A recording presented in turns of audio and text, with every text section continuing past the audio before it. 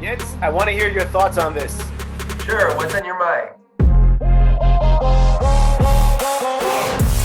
Purim Sameach. This year Purim is Thursday, Friday, Erev Shabbos, Parashat Tzav. We will try to connect the ideas on the Parsha to Purim itself, so make sure you watch the entire video till the end of it. But let's begin with the Parasha. The beginning of this week's Parasha, we find Zot Taurat Ola'a. It is some known psukim that some of us say every morning before davening. We also mention them in different times in the year, in which the Torah says this is the main idea behind Korban Ola'a. This is the main thought behind the Ola'a. And it's interesting because there isn't really anything about Korban Ola'a itself in these psukim. Unlike later on in the psukim, when we see the other offerings, the other korbanot, Zot Torat HaMincha, Zot Torat HaChatat, where in each one it mentions a little bit of the korban, a little bit of what has been done by the Kohanim with that korban. But in Korban Ola'a, in the beginning of the Parsha, it doesn't say anything about the korban. What it says is that there has to be fire lit on the mizbach, tamid, always, and making sure that it's lit the entire night, throughout the night, and then in the morning preparing it again with wood, and then also in the morning going and clearing off the mizbach, clearing off some ashes from the mizbach. In the mitzvah that we know is called Trumat adshn. So why is it? Why is Korban Ola'a? Why is Taurat Ola'a that starts off this parasha? Main focus is the fire that was lighting on the mizbach. What's the connection between the two? Why is it so important to have fire in the mizbach the entire night? Why is it so important to have always fire in the mizbach? And what is behind this special mitzvah of Trumat adshn that we know, according to Chazal, was a very favorite mitzvah on the Kohanim to do throughout the entire year? That's very interesting. And I think that, as you're saying, if the Torah did choose to put those two things,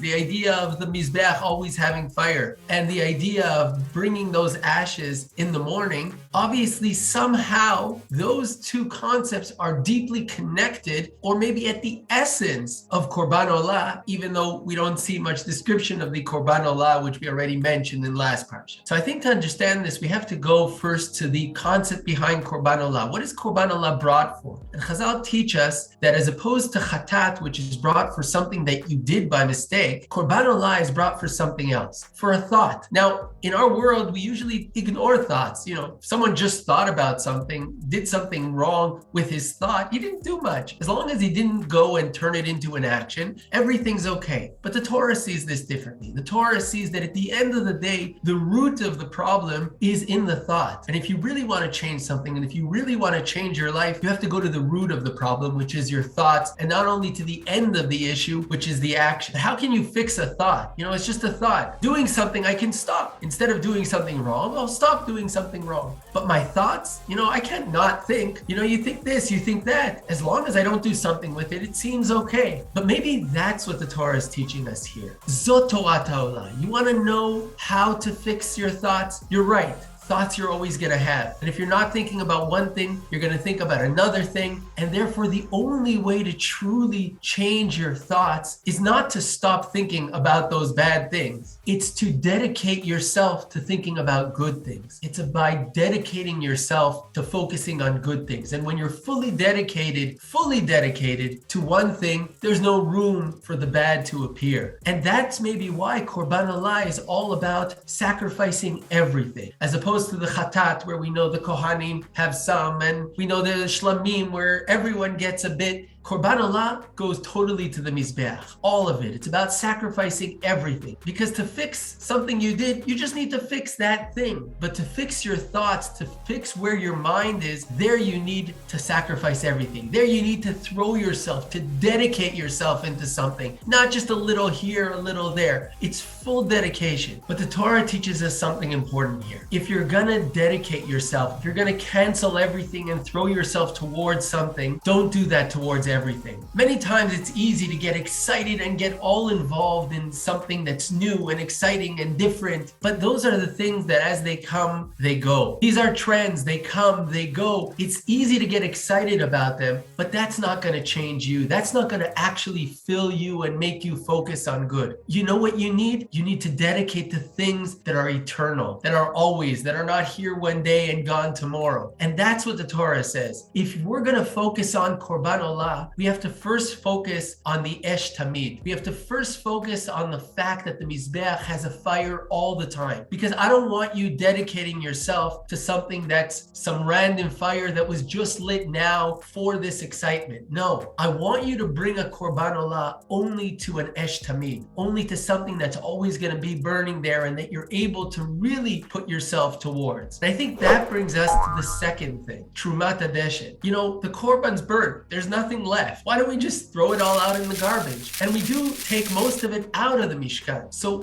what is this little bit that we have to take? And it's called Trumat Adeshin, to raise up the ashes. What is this all about? But if again we think of Korban Olah being focused on someone who's canceling his past, canceling everything to be thrown and focused on something, the Torah tells us another message. Yes, it's great to dedicate yourself towards something of value, but not always erasing your past is the way to go. Sometimes you need it. Sometimes you need to throw everything aside so you can fully become a part of something. But after you've done that, after you've thrown yourself completely, now go back and take what was good from that past and raise it up. Don't just forget about it. Everything you had, every desire you had, every thought you had, even if it was negative, there's something there. There's some good in it. And yes, sometimes to leave those thoughts, we need to throw ourselves into a different thought. But once we are in this new thought, once we've gone through the process of the Korban Olah, now we have to go back. And maybe one of the most important things is, as you said, one of the most beloved mitzvot was raising that past back up, raising what you had thrown away to get to where you are, and now bringing it up with you. Don't leave your past behind. Throw yourself forward, but then bring what you can out of it. Take some of it. Take what you find in it and raise it up with you to where you are now. Only then do you complete the process of Korban Olah. And maybe that's what it's saying. Zot Taurat Olah. Taurat Olah isn't about burning everything, not leaving anything standing. Yes, part of the process is that. But the end of the process only ends, and maybe it's the focus of it all, is then being able to come and raise up those ashes and take them with you to your next step. Beautiful. Some very important messages, especially in our time today. As we've said many times, you look on social media and there's so much virtue signaling in social media based on trends that is going on, where people try to express their feelings, try to express their thoughts based on the current trend, which is trending, to show how valuable they are and how many values they have based on those trends. But like you were saying, it's not about the trend that is going on, but it's about the dedication to the true values and sticking with them day and night the entire time, tamid, just like the fire on the Mizbach was going. And actually also a lot of the other messages you spoke about are mentioned a lot in Likutei Moharan by Rabbi Nachman, because one of the main ideas Rabbi Nachman talks about is really, like you were saying, when a person has a negative thought and you want to try to overcome that thought and push that thought out of your mind, what you have to do is just to think a different positive thought, just to think something else which is good. Says Rabbi Nachman, it could be in Torah, it could be in business, it could be in anything good, and that's the only thing you need to do in order to push that thought out. Rabbi Nachman also adds that you don't have to start shaking your head around like crazy or doing crazy activities or crazy things. The only way to win, to beat a negative thought, is by thinking a positive thought. And he mentions it several times in Likutei Moharan. And also the other famous thing that he mentions, like you were saying, that even in the negative things, after they're done, after you do tshuva, you can find the positive in them and try to take that positive and add it to your good today. Because like you were saying, even after the Korban Olah is kalil on the Mizbach, is consumed to the last tiny piece of bone on the Mizbach, there's still something small positive in there that you can take with you and now try to uplift it with your new way, with your new thoughts, with your new values that you're trying to correct and live by. And you know, interestingly, talking about the Megillah and Purim, every year when I read the Megillah, every year when you look at the Megillah, the story of Purim, when you get to the part where they finally take Haman and hang him up, you think that's it. Now the story ends. Finally, Am Yisrael can breathe. The terrible decree from Haman is out. The Jews don't have to worry anymore. But actually, we see the exact opposite, where Esther goes and begs again to Achashverosh. Vatosef Esther vatedaber, and she adds even more speaking, more talking, and she goes again to the king Achashverosh to ask him again, and she begs and she falls to her feet, asking him to levatel machshevet Haman ha'agagi, to cancel his thoughts, to cancel his machshava that he had for the Jewish people, because maybe we already killed Haman, but that's not enough. Killing Haman, getting rid of Haman isn't enough, since his machshava, since his thoughts are already out there in the world and they can take on a new form. We have to beat them. We have to fight those machshavot. And taking it all the way back to Amalek and what we were discussing last week, and we discussed also in the past, one of the main things Amalek wanted to do was to create that gap between understanding in the sechel to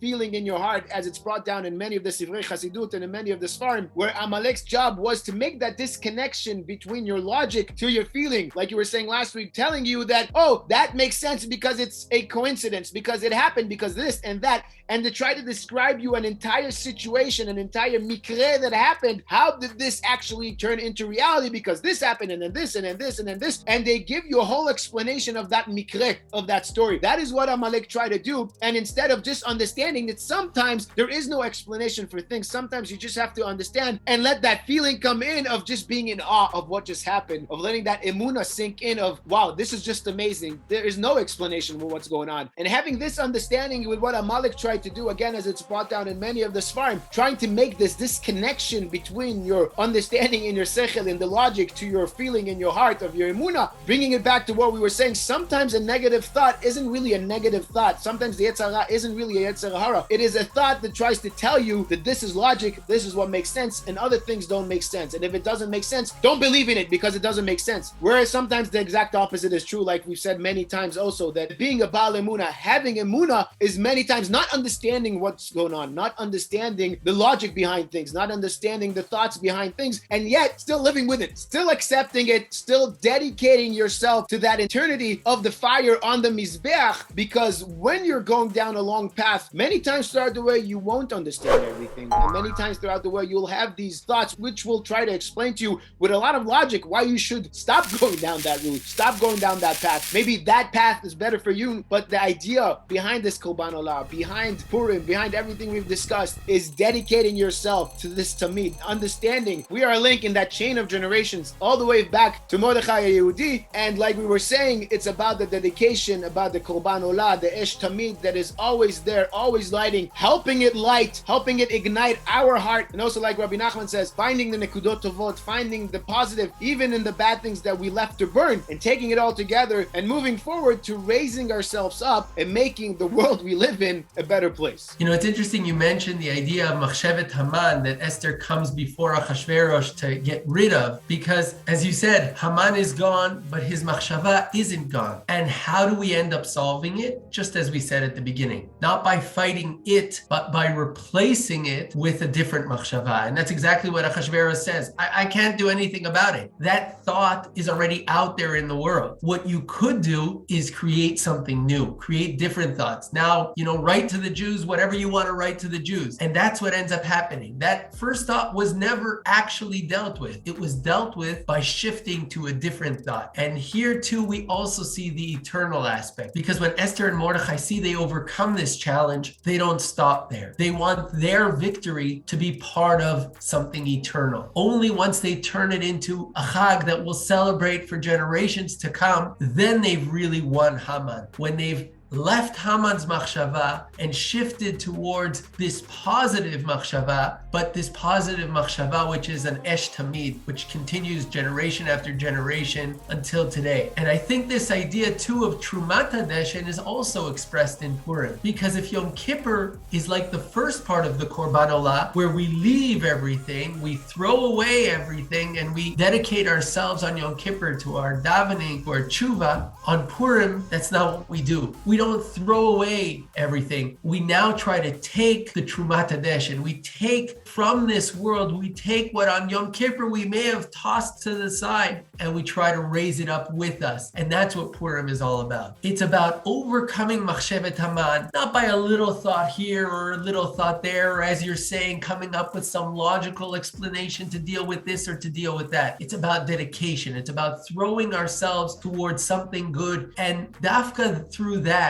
we're able to not only focus on the good, but also raise up, as we said, things that we had left behind that can now be a part of the good we're trying to achieve. Beautiful. And I'll just add a little bit more onto that. We know that on Purim, Am Yisrael kimu v'kiblu aleim, they accepted on themselves the Torah. Again, the importance of learning Torah on Purim, starting Yesuda by learning Torah, by some Torah, in order to give the right flavor to the Suda itself. And beautiful word I once heard about, why do we say he will open our hearts Torah, in the Torah, not to the Torah. It should be le Torato. We want him to open our hearts to learn Torah. No, but we say Hiftach libenu betorato, in the Torah, because what we're saying is that our heart will be opened up by the Torah. Like we were saying, what Amalek were trying to do was to make this connection between our thoughts and our heart, and dedicating yourself to Torah is what makes that connection again, is what adds into our emunah, is what helps us raise our lives to the level we have to live on. But we'll have to end now because we're out of time. And as usual, if you've enjoyed this video, please feel free to share with your friends. Like the video on YouTube, comment below, and of course, if you haven't yet subscribed to the channel, please consider subscribing right up here on the logo or at the bottom. And last year, Purim was in a different Parsha, but we'll link that video. Also now, we talked about why is it so important to wear a costume on Purim, to wear masks on Purim. We'll link that video right now. And Shkoyach Yitzi.